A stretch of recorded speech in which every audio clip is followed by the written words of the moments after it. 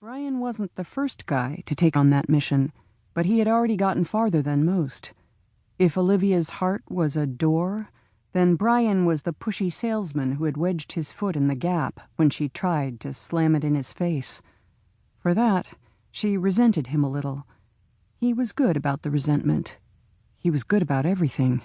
It really pissed her off. Another gunshot popped. Where are you guys? Suddenly, she felt it. The brittle substratum of the enforced peace. It could give way at any time. Foreign military forces led by the Americans barely held the city together. Soon, something would break. A new insurgency, maybe. In the months since the end of the war, Olivia had gotten used to leaving her Kevlar vest in her room. She still brought her headscarf, though, even if at the moment she wore it loosely around her neck. 2 gunshots, and Brian and Jody in the open. By reflex, she reached for her phone, but there was no point. This district of Aleppo was a cellular dead zone. The sound of something scraping and sliding pulled her attention back to the girl. A broken window frame surfed down the piled debris and cracked to pieces on the street. The little girl had her broomstick arm shoved all the way to the shoulder under the concrete slab. If the slab moved, it would crush her. Olivia quickly crossed the street.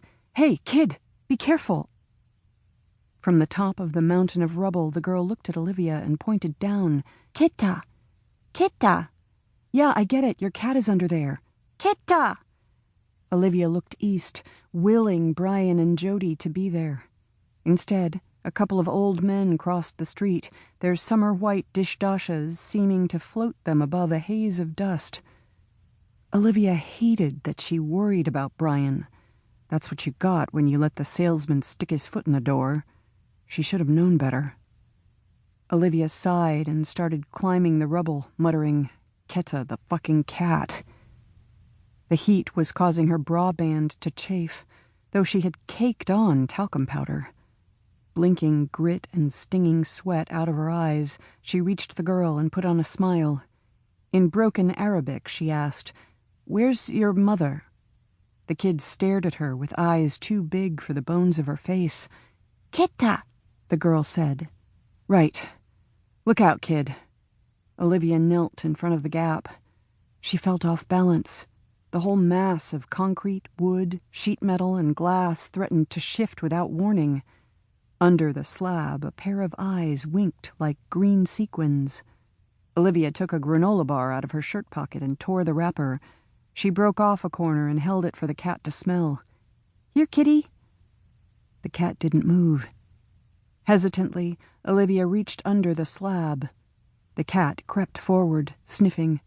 Olivia thrust out her other hand, grabbed the cat behind the ears, and dragged it clear. Hissing and clawing, the cat wrenched out of her grip and leaped away. The little girl didn't even look at it. Her attention was 100% on the granola bar. Olivia handed it to her. The child devoured the bar in 3 bites, then picked the crumbs from her shirt and sucked them off her fingers. Olivia unclipped the water bottle from her belt, pulled the nipple up, and offered it. "That doesn't look safe," a familiar voice said. Olivia looked around. Brian and Jody were standing in the street watching her. "Jesus Christ, I was getting worried about you guys." The little girl pulled on the water bottle. Olivia let go. "You keep it, honey."